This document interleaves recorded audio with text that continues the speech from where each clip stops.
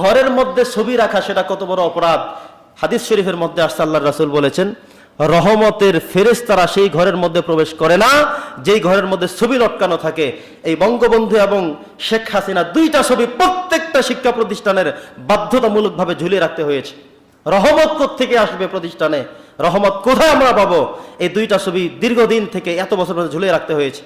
এমনকি যে সমস্ত প্রতিষ্ঠান এই কথা মানে নাই তাদেরকে সাসপেন্ড করা হয়েছে, শাস্তির আওতায় নিয়ে আসা হয়েছে।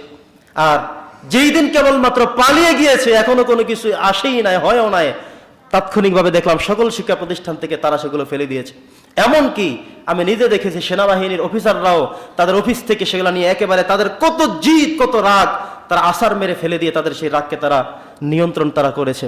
বন্ধুগণ আমার, ইসলামের অপশক্তি হিসেবে যারাই পৃথিবীতে আসবে, ভবিষ্যতেও যদি কেউ এমন আসে তাদেরকে হুঁশিয়ারি করে বলে রাখতে চাই, এই ইতিহাস থেকে শিক্ষা গ্রহণ করুন।